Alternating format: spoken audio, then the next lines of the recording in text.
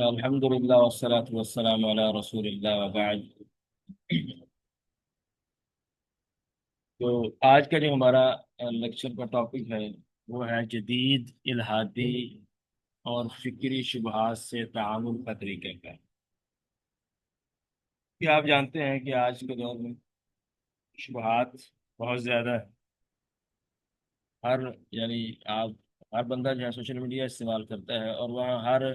صحیح بندے کی غلط بندے کی رسائی ہے۔ تو طرح طرح کے شبہات انسان کو پڑھنے کو یا دیکھنے کو یا سننے کو مل سکتے ہیں۔ تو اس لیے انسان کو اپنے طور پر اتنا مضبوط ہونا چاہیے اپنے عقائد نظریات پر کہ کوئی اس طرح کے شبہات اشکالات اعتراضات اگر اس کو پیش بھی آئیں تو وہ ان کو جواب دینے کی صلاحیت رکھتا ہو، یا کم از کم اس کا مختصر اور بنیادی طور پر اس کو اپنا دفاع کر سکے، اپنے آپ کو ڈیفینڈ کر سکے۔ تو اب اس میں بہت سارے شبہات ایسے ہوتے ہیں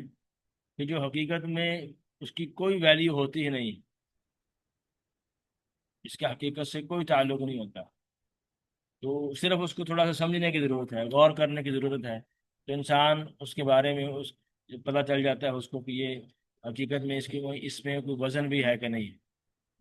تو بہرحال چند ایک قواعد اس حوالے سے ہم اس مختصر سے وقت میں پڑھیں گے انشاءاللہ۔ سب سے پہلی بات یہ ہے کہ انسان کو جب بھی کوئی شبہ، کوئی اعتراض اس کے ایمان کے حوالے سے، الہاد کے حوالے سے، اللہ تعالیٰ کے وجود کے حوالے سے، یا دیگر جو ایمانیات ہیں، جنت جہنم، فرشتے، ایسے ہی تقدیر کے معاملات ہیں، آخرت کے معاملات ہیں، حساب کتاب کے معاملات ہیں، رسولوں اور دیگر ان تمام جو ایمانیات جن پر ہماری بیس ہے، بنیاد ہے، جو ہمارے نظریہ ہے، ان کے بارے میں اگر کوئی شبہ پیش آتا ہے، اشکال کوئی اعتراض کو بندہ پیش کرتا ہے، لکھتا ہے، تو سب سے پہلے یہ کنفرم کرنا ضروری ہے۔ پہلا پوائنٹ یہ ہے کہ جو بندہ شبہ پیش کر رہا ہے، اسلام کے خلاف اٹیک کر رہا ہے، کسی نظریے پر، کسی ایمان پر، کسی عقیدے پر، تو کیا اس کا یہ شبہ واقعتاً اسلام کے مخالف ہے، اسلام کے خلاف؟ یہ کنفرم کرنا ضروری ہے۔ یہ نہیں ہے کہ انسان جیسے ہی کسی نے اعتراض کیا ہے اس کو جواب دینے کی اس کو پڑ جائے کہ اس کا جواب کیا ہے، جواب ڈھونڈنے لگے۔ پہلے یہ کنفرم کرے کہ جو وہ بات کر رہا ہے وہ بات اسلام کے مخالف ہے بھی نہیں ہے۔ بعض اوقات ہوتا کیا ہے کہ وہ بندہ اپنے طور پر اس نے کسی چیز کو، کسی کے عمل کو، کسی کی سوچ کو اسلام سمجھا ہوتا ہے، اور اس کو جو ہے وہ اسلام سمجھ کر اس کا رد کر رہا ہوتا ہے۔ تو کوئی جواب دینے کی ضرورت نہیں ہے، صرف اتنا کہنے کی ضرورت ہے کہ بھائی جان جس کو آپ اسلام سمجھ رہے ہیں، یا جو سمجھ رہے ہیں کہ یہ اسلام اس بات کی دعوت دیتا ہے، وہ اسلام نہیں، اسلام اس بات کی دعوت دیتا ہی نہیں، بات ختم۔ یعنی اس میں آپ کہنا کہ آپ کے علم پر بنیاد کرتا ہے کہ آپ کو اس کا علم ہونا چاہیے کہ جو وہ کہہ رہا ہے وہ اسلام ہے بھی کہ نہیں۔ جیسے مثال کے طور پر تو بندہ یہ دعویٰ کرے، اب جو امام بخاری کی کتاب ہے صحیح بخاری، اس کو ہم جو ہے وہ معتبر ترین جانتے ہیں، قرآن مجید کے بعد اگر کوئی صحیح ترین کتاب ہے اس زمین پر تو وہ صحیح بخاری ہے۔ اب کو بندہ یہ دعویٰ کرے کہ جو مسلمان ہیں وہ امام بخاری کو معصوم عن الخطا سمجھتے ہیں، غلطیوں سے پاک سمجھتے ہیں، تو یہ اس کی، اب اس بنیاد پر وہ دعویٰ کرے کہ انسان معصوم عن الخطا کیسے ہو سکتا ہے؟ امام بخاری تھے، انسان تھے، وہ غلطیاں اس سے ہوتی تھی، تو وہ کیسے معصوم عن الخطا ہو سکتا ہے؟ تو سادہ سا جواب یہ ہے کہ جس کو آپ کہہ رہے ہیں کہ مسلمان کو معصوم عن الخطا سمجھتے ہیں، یہ تمہاری بات ہی غلط ہے۔ مسلمان جو ہے اللہ کے رسول کے علاوہ کسی صحابی کو بھی معصوم عن الخطا نہیں سمجھتے، یہ تو صحابی بھی نہیں ہے۔ تو اس لیے اب جس نے جو چیز وہ اسلام سمجھ رہا تھا وہ اسلام ہے ہی نہیں، جو مسلمانوں کا نظریہ سمجھ رہا تھا مسلمانوں کا نظریہ وہ ہے ہی نہیں۔ تو اب اس کا جواب کیا ہے؟ امام بخاری کو ہم اس کی کتاب کو صحیح ترین کتاب کو سمجھتے ہیں، تو اس میں غلطی نہیں ہے، تمام امت کا اجماع ہے، اتفاق ہے۔ تو اس کی وجہ یہ ہے کہ آپ جانتے ہیں، مثال کے طور پر اگر کوئی بندہ کسی فن پر، کسی علم پر کوئی کتاب لکھتا ہے، اور اس علم کے جو دیگر ایکسپرٹس ہیں، ماہرین ہیں، وہ اس کتاب کو پڑھتے ہیں، اس میں ساری چیزیں جو ہے کھنگالتے ہیں، غور و فکر کرتے ہیں، دیکھتے ہیں، پوری کتاب کا حرف بحرف پڑھتے ہیں۔ ایک بندے نے پڑھی ہے جو اس فن کا ماہر ہے، اس نے کہا اس میں جو کچھ لکھا ہے صحیح، دوسرے نے پڑھی ہے، اس نے کہا صحیح، تیسرے چوتھے پانچویں چھٹے 15 بندوں نے پڑھی ہے، 100 نے پڑھی ہے، 500 1000 نے پڑھی ہے، تو جیسے جیسے پڑھنے والے زیادہ ہوتے جائیں گے ویسے ہی اس کی مصداقیت، اس کے حقیقت یا اس کے صحیح ہونے کا یا وہ یقین بڑھتا جائے گا۔ تو یہی بات یہاں ہے۔ اگر کوئی بندہ ڈاکٹر ہے، ڈاکٹر کو میڈیکل کے شعبے میں وہ کتاب لکھتا ہے، تو کوئی ڈاکٹر اس کو پڑھ کے کہتے ہیں، اب 1000 ڈاکٹر نے وہ کتاب پڑھی، سارے کہتے ہیں کہ اس میں جو کچھ لکھا صحیح، اب وہ کتاب سب یعنی میڈیکل کے شعبے میں صحیح ترین کتاب تصور کی جائے گی، حالانکہ اس کا جو لکھنے والا ہے رائٹر وہ غلطی سے پاک نہیں۔ ایسے ہی امام بخاری کی کتاب کا معاملہ ہے کہ اس کو جو محدثین ہیں، حدیث کے جانچنے والے، جرح تعدیل کے امام، انہوں نے پرکھا ہے اصول حدیث کے اصولوں پر، تو اس کو صحیح ترین پایا ہے۔ تو اس میں امام بخاری کی عصمت کا یا ان کے معصوم ہونے کا کوئی تذکرہ نہیں ہے، صرف یہ ہے کہ تمام جو اس فن کے ماہرین تھے وہ ہزاروں میں ہیں، سب نے دیکھا ہے، تو سب نے یہی بات کہی ہے کہ یہ کتاب صحیح ترین کتاب، تو ہم امام بخاری کو معصوم نہیں سمجھتے۔ تو سادہ سا جواب، ایسے ہی کوئی بندہ جو ہے مثال کے طور پر کسی انسان کے، کسی مسلمان کے رویے کو دیکھتے، اس کا جو ہے وہ مثلا اپنے گھر والوں سے اچھا بیہیویئر نہیں ہے، اپنے بیوی سے لڑتا ہے یا اپنے رشتہ داروں سے لڑتا ہے، غلط رویہ رکھتا ہے، تو اس کے اس عمل کو دیکھ کر یا کوئی مسلمان جو ہے وہ دہشت گردی کا حملہ کر دیتا ہے کسی ایسے علاقے میں جہاں درست نہیں، کسی بے جان یعنی جو ناحق افراد کو قتل کر دیتا ہے، اب کوئی بندہ دیکھنے والا سمجھے کہ یہ اسلام ہے اور اس کے عمل کو اسلام سمجھ بیٹھے، تو اور یہ کہے کہ اسلام جو ہے وہ دہشت گردی کو فروغ دیتا ہے، اسلام جو ہے وہ رشتہ داروں کے ساتھ جو ہے برا رویہ رکھنے کی تلقین کرتا ہے، تو یہ اس کی غلط فہمی ہے، اسلام ایسا نہیں۔ تو سادہ سا جواب یہ ہے کہ آپ اس کے حصہ کی نفی کرتے کہ جو آپ اسلام سمجھ رہے ہیں وہ اسلام نہیں۔ تو سب سے پہلی بات یعنی پہلا سٹیپ یہ ہے کہ سب سے پہلے انسان کو یہ کنفرم کرنا ہے کہ کیا واقعتاً جو وہ کہہ رہا ہے وہ اسلام ہے بھی نہیں، یعنی جس کو وہ اسلام سمجھ کر اس پر اعتراض اٹھا رہا ہے وہ اسلام یا مسلمانوں کا نظریہ ہے کہ نہیں، اللہ کے رسول کا، صحابہ کرام کا وہ سوچ عقیدہ نظریہ ہے کہ نہیں۔ تو یہ پہلی بات۔ تو بہت ساری باتیں ایسی ہیں، جیسے کوئی بندہ یہ دعویٰ کرے کہ مسلمان خانہ کعبہ کی بات کرتے ہیں، اب یہ اس کی غلط فہمی ہے، اور اس بنیاد پر جو ہے وہ کہے کہ جو اسلام بت پرستی کو دعوت دیتا ہے، بت پرستی کو فروغ دیتا ہے، اور دلیل کیا ہے کہ مسلمان خانہ کعبہ کے سامنے جو ہے وہ جھکتے ہیں، سجدہ کرتے ہیں، تو اس کی یہ غلط فہمی ہے، اسلام یہ نہیں ہے۔ مسلمان خانہ کعبہ کی طرف منہ کر کے نماز پڑھتے ہیں، عبادت کرتے ہیں، اس کو عبادت نہیں کرتے، اس کی عبادت نہیں کرتے، عبادت صرف اور صرف اللہ کی کرتے ہیں اور اللہ سے ہی مانگتے ہیں، ان کا رکوع و سجود صرف اللہ کے لیے ہوتا ہے، خانہ کعبہ کے لیے نہیں ہوتا، وہ صرف جہت ہے جو ایک متعین کی گئی ہے۔ تو بہرحال اس طرح کے دیگر معاملات بھی ہیں جو یعنی بہت ساری مثالیں دی جا سکتی ہیں اس حوالے سے۔ تو جو جس میں انسان صرف جو ہے اسلام، غلط چیز کو اسلام سمجھ کر اس پر اعتراض اٹھا دیتا ہے، تو اس کا جواب دینے کی یا تکلف کرنے کی کوئی ضرورت نہیں ہے، صرف اتنا جو ہے کہہ دینا کافی ہے کہ جو تم اسلام سمجھ رہے ہو وہ اسلام ہے۔ جو اگلا سٹیپ ہے وہ یہ ہے کہ اب جو بندہ دعویٰ کر رہا ہے، کوئی شبہ پیش کر رہا ہے، تو کیا اس شبے کی کوئی دلیل بھی ہے یا صرف زبانی جمع خرچی ہے، صرف زبانی دعویٰ ہی ہے؟ کیونکہ کسی بھی انسان کی بات بغیر دلیل کے قبول نہیں ہے، کوئی بھی ہو، تو جو شبہ پیش کرنے والا ہے وہ اپنے اس شبے کی اگر دلیل پیش کرے گا تو پھر ہم اگلی بات دیکھیں گے، اگلا سٹیپ بعد میں آئے، اگر اس کے پاس دلیل نہیں ہے تو پھر اس کی بات میں وزن ہی نہیں، کیونکہ بغیر دلیل کے میری تیری یا کسی تیسرے چوتھے کی کوئی بات معتبر نہیں، وزن تب پڑے گا کسی کی بات میں جب وہ دلیل سے کی جائے گی، اگر دلیل ہی نہیں ہے تو پھر اس کی بات کو دیکھنے کا فائدہ ہی نہیں ہے۔ تو جیسے مثال کے طور پر کوئی بندہ یہ کہے کہ مثال کے طور پر اسلام جو ہے وہ دہشت گردی کا دین ہے، یا اسلام تلوار کے زور پر پھیلا ہے، یا جو ہے وہ اسلام جو ہے اس میں عورتوں کو حقوق نہیں دیتا، یا اسلام جو ہے اس میں ظالمانہ سزائیں ہیں، حدود کے بارے میں اگر کہیں تو اس کی دلیل کیا ہے؟ ان تمام دعووں کی اس کے پاس کوئی دلیل نہیں، کوئی دلیل نہیں ہے، اس بات کی دلیل نہیں ہے کہ اسلام جو ہے وہ دہشت گردی سے یا تلوار کے زور پر پھیلا ہے، کیونکہ اگر آپ یعنی دیکھیں جو اللہ کے رسول نے جنگیں لڑی ہیں، جتنی بھی جنگیں اللہ کے رسول نے لڑی ہیں، ان تمام جنگوں میں کافروں کے اور مسلمانوں کے دونوں طرفوں کے ملا کر جو افراد شہید ہوئے ہیں مسلمانوں کے یا کافروں کے قاتل یا واصل جہنم ہوئے ہیں، وہ 1,000 سے زیادہ نہیں، دونوں طرفوں کی تعداد۔ تو اگر مسلمانوں کا، اللہ کے رسول کا، صحابہ کرام کا مقصد جو ہے اسلام کو طاقت کے زور پر، قوت کے زور پر، تلوار کے ذریعے سے زبردستی منوانا ہوتا، تو پھر صرف اتنے قتل ہوتے؟ تو عقل کی بات، یعنی سمجھنے والی بات۔ اور آج آپ کے دور کی، آج کے دور کی جنگیں دیکھ لیں کہ 500-400 تو ایسے ہی جو ہے پھڑکائے جاتے ہیں بغیر کسی وجہ کے جنگ کی ابتدا میں۔ اللہ کے رسول نے اتنی جنگیں لڑی ہیں، تمام جنگوں میں جو مرنے والوں کی تعداد ہے وہ 1,000 سے زیادہ نہیں ہے۔ تو آپ کا دعویٰ کس بنیاد پر ہے کہ اسلام جو ہے تلوار کے طور پر پھیلے؟ کوئی بندہ یہ کہے کہ اسلام جو ہے عورتوں کو حقوق نہیں دیتا، تو آپ نے قرآن پڑھا ہے؟ آپ نے احادیث پڑھی کہ اللہ تعالیٰ نے جو ہے عورت کے جو چار اس کے جو مختلف مقام ہیں یا اسٹیٹس ہے، وہ اگر عورت ماں ہے تو اس کا جو مقام بیان کیا گیا ہے، یا اگر عورت جو ہے وہ بہن ہے تو جو اس کے مقام، یا اگر عورت بیٹی ہے یا بیوی ہے،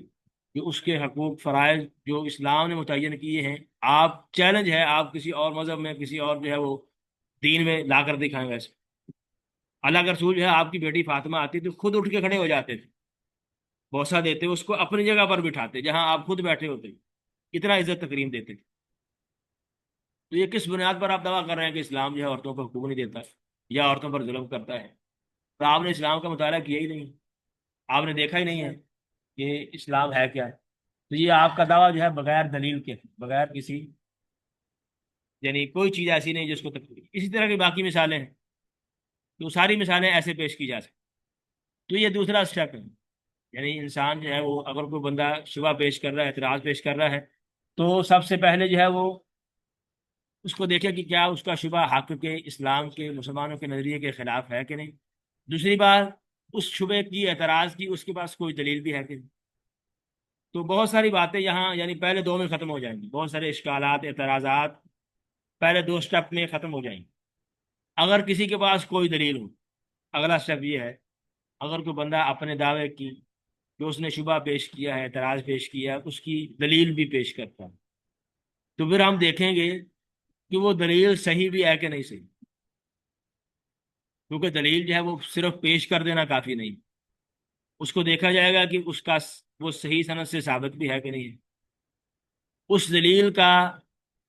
فہم بھی اس کو صحیح ہوا ہے کہ نہیں ہوا ہے، یعنی جو وہ پیش کر رہا ہے اس کو وہ اچھے طریقے سے، اگر وہ قرآن کی آیت ہے یا حدیث ہے یا کسی دوسرے تیسرے کا قول ہے،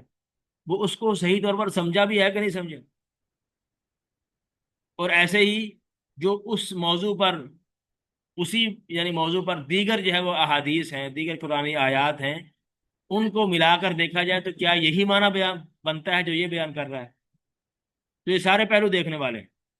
یعنی صرف دلیل پیش کر دینا کافی نہیں ہے۔ دلیل پیش کرنے کے بعد سب سے پہلا اسٹیپ یہ ہے کہ وہ دلیل ثابت بھی ہونی چاہیے۔ اگر دلیل ثابت نہیں ہے، سند کے لحاظ سے کمزور ہے، کمزور دلیل ہے، یا عقلی لحاظ سے کمزور ہے، یا سائنٹیفکلی طور پر کمزور ہے۔ اب بہت سارے بندے ایسے ہیں جو مثلا سائنس کے جو نظریات ہیں ان کو بنیاد بنا کر جو اسلام کے حقائق ہیں ان کو تانا دیتے ہیں، حالانکہ آپ جانتے ہیں یا جو سائنس کا طالب علم ہے وہ جانتا ہے کہ سائنس میں 99.9 مفروضے ہیں، حقائق گنے چنے ہیں، انگلیوں پر شمار کیے جا سکتے ہیں۔ حقائق سے مراد وہ ہوتا ہے یعنی جس کا آپ قیامت تک ڈینائی نہ کر سکتے، جو ایسی حقیقت ہے جو اٹل ہے، جو یعنی 1,000 صدیوں بعد بھی وہ صحیح رہے گی، اس کو کوئی بندہ سائنسدان آ کے اس کو انکار نہیں کر سکتا۔ اس طرح کے حقائق جو سائنس کے طالب علم ہیں وہ جانتے ہیں، سائنس میں گنے چنے ہیں،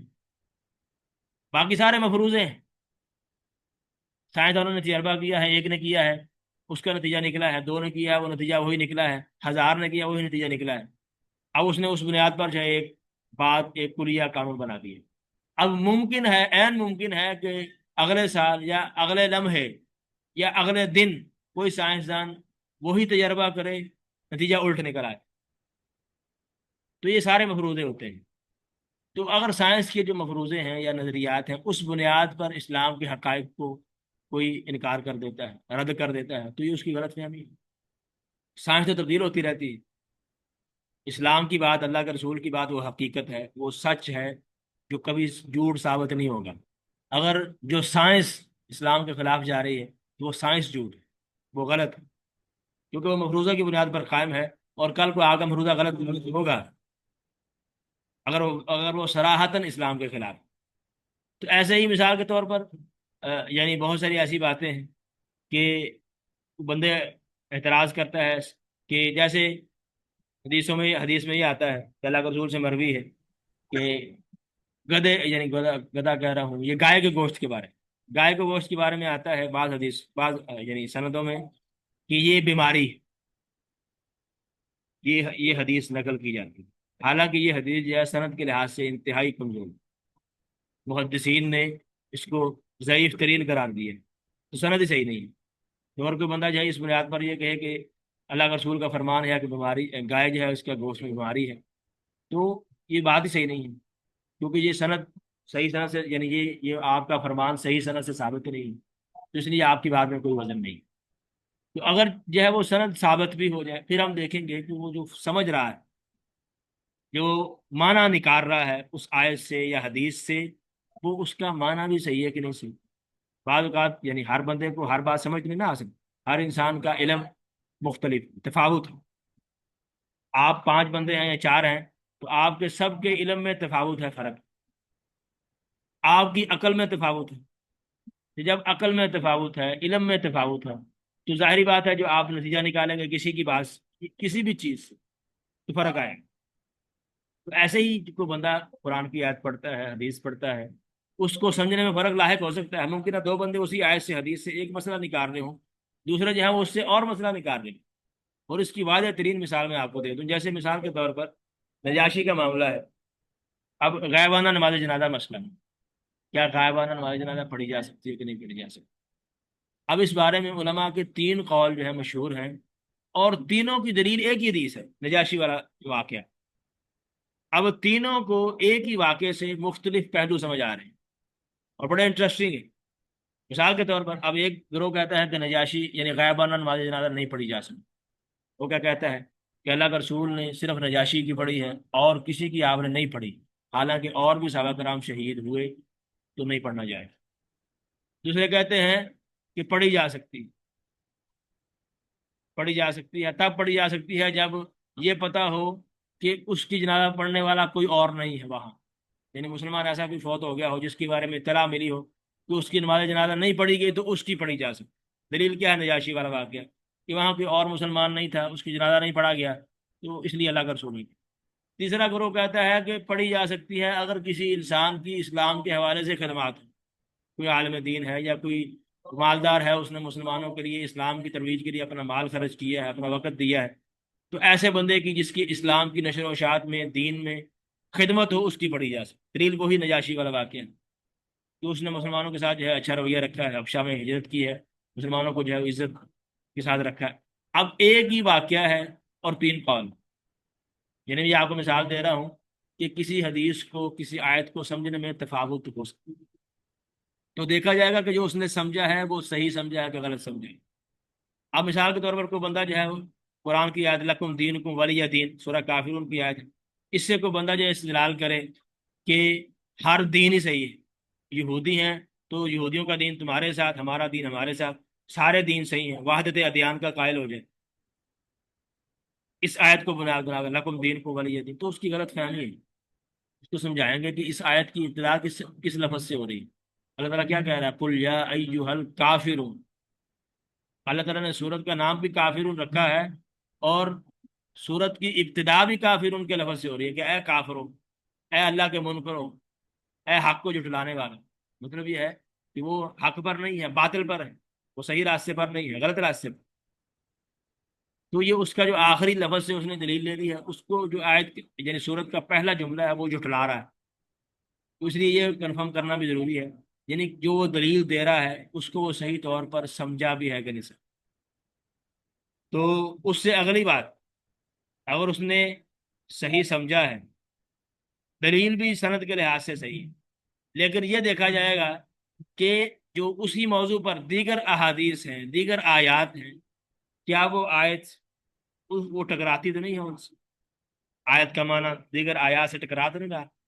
یا حدیث دیگر احادیث سے ٹکرا تو نہیں رہی؟ یہ کنفرم کیا جائے، کیونکہ ہر حدیث کا معنی، ہر آیت کا معنی بالکل قطعی یا دو ٹوک نہیں ہوتا۔ بعض آیتیں، بعض حدیثیں ایسی ہوتی ہیں کہ جن سے ایک سے زائد معنی سمجھے جا سکتے ہیں۔ تو اس لیے یہ کنفرم کرنا ضروری ہے کہ جو وہ معنی بیان کر رہا ہے، کیا دیگر آیتوں کا، دیگر حدیثوں کا وہی معنی ہے، کہ وہ غلط معنی بیان کر رہا ہے۔ اب مثال کے طور پر کوئی بندہ جو ہے وہ یہ کہے کہ لا اکراہ فی الدین، کہ دین میں کوئی زبردستی نہیں، تو اس لیے آپ نے کسی کو زبردستی جو ہے نماز پڑھنے کا حکم نہیں دینا، کسی کو زبردستی جو ہے وہ چوری سے روکنا نہیں ہے، زنا سے، غلط کام سے، فراڈ سے روکنا نہیں، یعنی امر بالمعروف نہیں منکر کا فریضہ نہیں ہے۔ کیوں؟ کیونکہ دین میں زبردستی نہیں ہے۔ اللہ تعالیٰ فرما رہے ہیں کہ لا اکراہ فی الدین، تو یہ اس کا فہم جو اس آیت سے نکال رہا ہے، تو کیا یہ دیگر قرآنی آیات سے میل کھاتا ہے؟ بالکل بھی نہیں۔ دیگر قرآنی آیات میں واضح طور پر جو ہے اللہ تعالیٰ نے حکم دیا ہے، کنتم خیر امت اخرجت للناس تأمرون بالمعروف وتنہون عن المنکر، کہ تم بہترین امت ہو، کس لیے؟ کہ تم نیکی کا حکم دیتے ہو، برائی سے روکتے ہو۔ اب اس نے باقی سارے اور اس طرح کی دیگر بے شمار آیتیں ہیں، ایک نہیں، بے شمار احادیث ہیں، اللہ کے رسول کا عمل ہے، صحابہ کرام کا عمل ہے کہ وہ یہ کام کرتے رہے، نیکی کا حکم دیتے رہے، برائی سے روکتے رہے۔ تو پھر مطلب کیا ہے کہ یہ جو اس آیت کا جو معنی وہ سمجھ رہا ہے، وہ معنی وہ نہیں، کیونکہ یہ باقی آیتوں سے ٹکرا رہا ہے، اور قرآن میں ٹکراؤ نہیں ہو سکتا، کیونکہ قرآن اور حدیث یہ حق ہے، حق ایک دوسرے سے ٹکرا نہیں سکتا، باطل ٹکراتا ہے۔ تو جو تم معنی بیان کر رہے ہو وہ باطل ہے، اس لیے دیگر آیتوں سے ٹکرا رہا ہے۔ تو اس کا معنی کیا ہے جو محدثین نے، مفسرین نے بیان کیا ہے، وہ یہ معنی ہے کہ لا اکراہ فی الدین کا تعلق کسی غیر مسلمان کو، غیر مسلم کو، یعنی جو مسلمان نہیں ہے، کافر ہے، اس کو اسلام میں داخل کرنے میں زبردستی نہیں ہے، کہ آپ نے اس کو زبردستی جو ہے وہ مجبور کر کے اسلام قبول نہیں کروانا۔ اسلام قبول کرنے کے بعد اسلامی احکامات پر عمل کرنے میں وہ کروایا جائے، وہاں جو ہے اس کو امر بالمعروف کیا جائے گا، نہی عن المنکر کیا جائے گا۔ تو اس لیے یہ بات بھی کنفرم کرنا ضروری ہے۔ بہرحال مثالیں اور بھی ہیں، لیکن اتنی کافی ہیں کہ یعنی اگر دلیل ہے تو پھر دلیل کو دیکھنا لازمی ہے کہ وہ دلیل صحیح سند سے ثابت ہے، اس کا فہم اس کو صحیح ہوا ہے، کیا اسی موضوع پر دیگر جو آیات ہیں، احادیث ہیں، وہ دلیل اس سے ٹکراتی تو نہیں ہے۔ تو یہ ساری باتیں کنفرم کرنا ضروری ہے۔ اور اگلا جو چوتھا مرحلہ ہے، چوتھا اسٹیپ ہے، یعنی کسی بھی شبہ کو ڈیل کرنے کے حوالے سے، کسی غیر مسلم کے، کسی مسلمان کے، کسی جو ہے وہ سر پھیرے کے اعتراض کو یعنی ختم کرنے کے لیے اگلا جو چوتھا اسٹیپ ہے وہ یہ ہے کہ دلیل اور مدلول کا تعلق کون سا ہے۔ مدلول کا معنی ہوتا ہے یعنی اس دلیل سے جو آپ سمجھ رہے ہیں، جو اخذ کر رہے ہیں، یعنی کیا جو دلیل آپ دے رہے ہیں اور اس دلیل سے جو نتیجہ نکال رہے ہیں، کیا وہ نتیجہ اس دلیل سے نکلتا بھی ہے کہ نہیں نکلتا، یہ بات بھی کنفرم کرنا ضروری ہے۔ مثال کے طور پر اب کوئی بندہ جو ہے وہ، جیسے جو ہمارا ٹاپک ہی ہے یہ الحاد والا، اب اس میں جو بندہ ایوولوشن تھیوری کو بنیاد بنا کر کہ یہ کائنات میں جو سسٹم ہے، انسان ہے، یہ تدریجن مرحلہ وار جو ہے وہ بنتا بنتا بنتا بنتا جو ہے اس شکل پر آ گیا ہے، تو یہ ایوولوشن تھیوری یعنی تطور کر کے ایک سے دوسری شکل، دوسری سے تیسری، پھر ایسا ایسا جو ہے یہ آگے ہے۔ اس نظریے کو بنیاد بنا کر جو ہے، اس تھیوری کو بنیاد بنا کر جو ہے وہ اللہ تعالیٰ کا انکار کر دے، خالق کا انکار دے۔ اب دلیل کیا ہے اور اس سے نتیجہ کیا نکالا جا رہا ہے، بالکل کوئی تعلق نہیں۔ کیوں؟ پہلی بات تو یہ ہے کہ کیا اس کائنات میں صرف یعنی جاندار ہی ہیں، انسان ہی ہیں، جانور ہی ہیں، یا دیگر چرند پرند ہیں، اس کے علاوہ اور مخلوقات نہیں ہیں؟ اس میں جو گلیکسیز ہیں، ستارے ہیں، سمندر ہیں، دیگر جو ہے وہ درخت ہیں، یا مختلف جو کہکشائیں ہیں، تو یہ ساری کی ساری ان کا جو ہے وہ پیدائش کیسے ہوئی؟ تو صرف اب یہ جو انسان ہے، اس میں جو جاندار ہیں، یہ تو اس کائنات کا ایک چھوٹا سا حصہ ہے۔ آپ جو سائنس پڑھتے ہیں جانتے ہیں کہ زمین کی اوقات کتنی ہیں، یا زمین کا اگر کائنات پوری سے کمپیریزن کیا جائے تو یہ کتنا بنتا ہے، تو شاید یہ ذرہ بھی نہ بنتا ہو کائنات کے مقابلے میں۔ تو یہ زمین کی اوقات ہے۔ اور زمین میں رہنے والے انسان جاندار اس کی اوقات اس سے بھی کمتر ہے. تو صرف جاندار کو لے کر کے خالق کا انکار دینا یہ کس قدر کا انصاف ہے؟ تو باقی ساری چیزیں کیسے وجود میں آئی ہیں؟ جاندار کے علاوہ باقی ساری چیزیں، اس میں گلیکسیز، کائنات، آسمان، زمین، اور سورج، چاند، ستارے، سمندر، پہاڑ، درخت وغیرہ سارا کچھ. جاندار جو نہیں، پودے شودے درخت، یہ ساری چیز یہ کیسے وجود میں آئی؟ دوسری بات یہ ہے کہ یہ جو تم دلیل دے رہے ہو کہ یہ ایوولوشن تھیوری یہ اللہ تعالیٰ کو ڈینائی کرتی ہے اللہ تعالیٰ کا وجود، یہ تمہاری بات ہی فضول ہے. کیونکہ کسی چیز میں قانون کا ہونا یہ دلالت کرتا ہے لازمی طور پر کہ اس قانون کو بنانے والا کوئی نہ کوئی ہے. یہ نہیں ہے کہ آپ کو پتہ چل گیا ہے مثلا اگر بالفرض آپ یہ مان لیں، حالانکہ غلط، یعنی یہ نظریہ یہ جو تھیوری ہے صحیح نہیں. اگر بالفرض آپ اس کو صحیح بھی مان لیں، اور خاص طور پر انسان کے حوالے سے بالکل بھی صحیح نہیں ہے، کیونکہ انسان کے بارے میں اللہ تعالیٰ نے ذکر کر دیا کہ اللہ تعالیٰ نے انسان کو مٹی سے پیدا کیا ہے، آدم کو بنایا ہے اپنے ہاتھ سے، اور آدم سے آگے یہ سلسلہ چلا ہے نطفے سے وغیرہ. تو یہ بالکل انسان کے بارے میں بالکل دو ٹوک انداز میں صحیح نہیں. جو یہ نظریہ رکھے گا انسان کے بارے میں کہ یہ انسان بندر سے بنا ہے، وہ کافر آدمی، اس نے قرآن کا انکار کیا ہے. قرآن جو ہے جب واضح طور پر کہہ رہا ہے کہ انسان کو اللہ تعالیٰ نے جب اپنے ہاتھوں سے مٹی سے بنایا ہے پہلے، پھر اس کا سلسلہ چلایا ہے. تو بہرحال اس کا تعلق بھی نہیں ہے. اگر آپ اس ایوولوشن تھیوری کو صحیح بھی مان لیں، صحیح بھی مان لیں، تو کیا یہ لازم آئے گا کہ اس کو بنانے والا کوئی نہیں ہے؟ اب ایک چیز سے دوسری چیز میں بدلنا، مختلف مراحل میں ہونا، پھر یہ شکل انسان کا آنا بغیر بنانے والے کے بن گئی ہے، یہ کیسے ہو سکتا؟ تو یہ ایولیوشن تھیوری جو ہے اللہ تعالیٰ کے وجود پر، یعنی اس قانون کو بنانے والے پر دلالت کرتی ہے. یعنی یہ اس پر دلالت نہیں کرتی کہ اللہ تعالیٰ ہے نہیں. تو یہ تمہاری جو ہے کج فہمی ہے، کم عقلی ہے کہ تم جو ہے وہ اس چیز کو دلیل بنا رہے ہو. اب جو کائنات میں قوانین ہیں، تو قوانین کا ہونا انسان بھی اگر تمہارے بقول ان مرحلہ وار سٹیجز سے گزر کر بنا ہے، تو یہ سٹیجز تبدیل کس نے کی؟ کوئی تبدیل کرنے والا ہے کہ خود بخود ہو گئی؟ کوئی کام خود بخود ہو سکتا ہے؟ یہ سارے سوال ہیں. تو یہ نتیجہ نکالنا اس سے ایولیوشن تھیوری سے کہ اللہ تعالیٰ کا وجود نہیں ہے، یہ ایسے ہی کہ دلیل اور مدلول کا تعلق نہیں.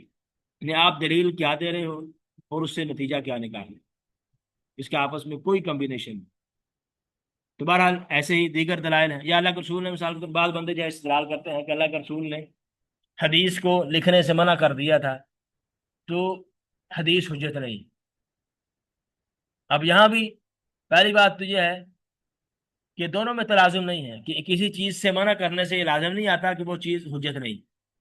آپ نے کتابت سے لکھنے سے منع کیا،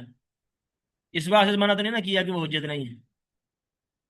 یہ بالکل اس کا کوئی آپس میں تعلق نہیں ہے. تو اس لیے بہرحال یہ اس میں اور بھی مثالیں ہیں. تو یعنی یہ بات کنفرم کرنا ضروری ہے کہ دلیل اور مدلول کا آپس میں تعلق کون سا ہے. یعنی کیا واقعتاً جو نتیجہ اس دلیل سے، وہ چاہے دلیل کوئی بھی ہو، کیونکہ اعتراض کرنے والا لازمی نہیں ہے قرآن کی دلیل دے کر اعتراض کرے یا حدیث سے ہی اعتراض کرے. وہ کوئی عقلی دلیل، کوئی سائنسی دلیل یا کوئی اور دلیل بھی پیش کر سکتا ہے. تو وہ دیکھنا پڑے گا، یعنی جو وہ دلیل دے رہا ہے اس دلیل سے وہ نتیجہ بھی نکل رہا ہے کہ نہیں نکل رہا. اچھا، پانچویں اور آخری بات جو ہے، وہ آخری سٹیپ وہ یہ ہے کہ آخر میں اب یہاں تک آتے آتے چار سٹیپ اگر آپ غور کریں کسی بھی شبہ کے بارے میں، تو سارے اکثر شبہات جو ہے وہ ختم ہو جائیں گے. اب آخری جو سٹیپ ہے وہ یہ ہے، کیا وہ دلیل کسی دوسری زیادہ قطعی دلیل کے مخالف تو نہیں ہے؟ اب یہاں وہ بات جو میں نے آپ کو تھوڑی دیر پہلے ذکر کی تھی کہ کوئی بھی دلیل ہے، وہ ہر دلیل کا معنی دو ٹوک نہیں ہوتا بالکل، کہ اس کا کوئی اور معنی مطلب نہیں ہو سکتا. قرآن کی آیت ہے، بعض آیتیں ایسی ہیں جن کا معنی ایک سے زیادہ ہے، بعض حدیثیں ایسی ہیں جس کا معنی ایک نہیں ہے، اس سے ایک سے زیادہ معنی مفہوم سمجھے جا سکتے ہیں. جیسے مثال کے طور پر قرآن کی آیت ہے والمطلقات یتربصن بانفسہن ثلاثۃ قروء، وہ جو طلاق یافتہ عورتیں ہیں وہ 3 قروء انتظار کریں گی. اب جو قروء کا معنی ہے یہ ایک معنی کنفرم نہیں ہے. قروء کا معنی جو ہے عربی لغت میں وہ مینسز کے ایام بھی ہوتے ہیں، اور قروء کے معنی ہی پاکیزگی کے ایام بھی ہوتے ہیں، یعنی دونوں اپوزٹ. اب کیا معنی مراد لیا جائے گا اس آیت سے واضح نہیں ہو رہا. اس لیے اب جو کوئی بندہ اگر اعتراض کرتا ہے، کوئی شبہ پیش کرتا ہے قرآن کی آیت لے کر، حدیث لے کر، یا کوئی عقلی دلیل لے کر، یا کوئی سائنسی دلیل لے کر، تو یہ دیکھنا پڑے گا کیا وہ دلیل جو ہے وہ دیگر جو اس سے زیادہ قطعی دلائل، جو اپنے معنی بیان کرنے میں بالکل دو ٹوک ہے، جس کا ایک سے زیادہ معنی بالکل بھی نہیں ہے، اس کے مخالف تو نہیں ہے؟ یہ بات کنفرم کرنا ضروری ہے۔ تو ایسے ہی مثال کے طور پر جو جو سائنسدان اعتراض کرتے ہیں، اب اس کی مثال کے طور پر کہ بہت سارے جو جدید نظریات جو ملحدین ہیں وہ پیش کرتے ہیں کائنات کی پیدائش کے بارے میں، کہ کائنات ایسے ایسے بنی تھی۔ اب یہ سارے نظریات ان کے کسی دو ٹوک حقائق کی بنیاد پر نہیں ہے، بلکہ صرف مفروضے ہیں، نظریہ مفروضہ ہے، اس کا حقیقت سے دور دور کا واسطہ نہیں ہوتا۔ تو اب اگر کوئی مثلا ملحد اس طرح کے نظریات پیش کرتا ہے اللہ تعالیٰ کے وجود کی نفی کرنے کے لیے، کہ کائنات ممکن ہے ایسے پیدا ہو گئی ہو، ممکن ہے ایسی ہو گئی ہو، ممکن ہے انسان ایسے پیدا ہو گیا ہو، وغیرہ وغیرہ وغیرہ، تو سب سے پہلی بات تو اس کا جواب یہ ہے کہ جو آپ یہ ممکن ممکن کر رہے ہو، یہ تمہاری بات ہی صحیح نہیں ہے، اس کو ثابت کر۔ اور اگر تم نے ثابت بھی کر دیا کہ ممکن ہے ایسے ہو جائے، تو پھر بھی اللہ تعالیٰ کے وجود کی نفی نہیں ہوگی، کہ ایسے کرنے والا تو کوئی نہ کوئی ہے کہ نہیں ہے۔ اگر تم کہتے ہو کائنات ایسے بنی ہے، یا انسان ایسے پیدا ہوا ہے، گلیکسی جیسے بنی ہے، ستارے ایسے بنے ہیں، سمندر ایسے وجود میں آیا ہے، تو وجود میں لانے والا کوئی ہے کہ نہیں ہے؟ جو تم بیان کر رہے ہو وہ صرف وضاحت ہے کہ ایسے ہوا ہے، ویسے کرنے والا کون ہے؟ جیسے مثال کے طور پر آپ کو کوئی بندہ جو ہے، آپ گاڑی میں بیٹھے ہو، آپ کو گاڑی نہیں چلانی آتی بالفرض، تو آپ کسی ڈرائیور سے کہتے ہیں کہ مجھے گاڑی چلانا سکھا دو، تو یا وہ آپ کو کہتا ہے، آپ کسی مکینک کے پاس بیٹھے ہیں جو گاڑی بنانے والا ہے، آپ اس کو کہتے ہیں کہ مجھے یہ گاڑی کیسے بنتی ہے بتائیں، وہ آپ کو بتاتا ہے کہ مثلا یہ اس کا یہ پارٹ ہے، یہ پارٹ ہے، یہ اس کی لائٹ ہے، یہ اس کی اسٹیئرنگ ہے، یہ ٹائر ہے، یہ اس کی چھت ہے، وغیرہ وغیرہ، وہ سارا کچھ آپ کو بتاتا ہے کہ یہ اس طریقے سے ہم جوڑ دیتے ہیں، ایسے بناتے ہیں، تو یہ گاڑی بن جاتی ہے۔ اب یہ اس نے پورا آپ کو بتایا ہے، وضاحت کی ہے کہ گاڑی ایسے بنتی ہے۔ تو اب اس وضاحت سے کیا وہ بندہ جو سننے والا ہے، کیا یہ سمجھے گا کہ اس گاڑی کو بنانے والا کوئی نہیں؟ یہ تو آپ کو صرف بتایا گیا ہے کہ یہ بنی کیسی، بنانے والا تو کوئی نہ کوئی ہے، اس کی نفی تو نہیں نہ ہوگی۔ تو یہ ملحدین جیسے بھی پیش کریں کہ کائنات ایسے بنی، جیسے بھی، پہلی بات تو یہ ہے کہ وہ ویسے اس کو ثابت کرنا پڑے گا کہ جو تم کہہ رہے ہو وہ صحیح ہے کہ نہیں صحیح۔ اگر کہہ دے، اگر مان بھی لیں، تو ویسے کرنے والا کون؟ یہ تو ایک وضاحت ہے نا، آپ تفسیر پیش کر رہے ہو، وضاحت دے رہے ہو کہ ایسے بنی، لیکن ویسے کرنے والا کون ہے؟ بغیر کرنے والا کو تو کچھ نہیں ہوتا۔ تو اگر یہ بات بھی یعنی آگے گزر جائے، اس کو بھی نہ مانا جائے، تو سب سے آخر میں وہ جو تم جو نظریات پیش کر رہے ہو، وہ اس کے برعکس دیگر عقلی دلائل موجود ہیں، جو اللہ تعالیٰ کے وجود کے حوالے سے بالکل دو ٹوک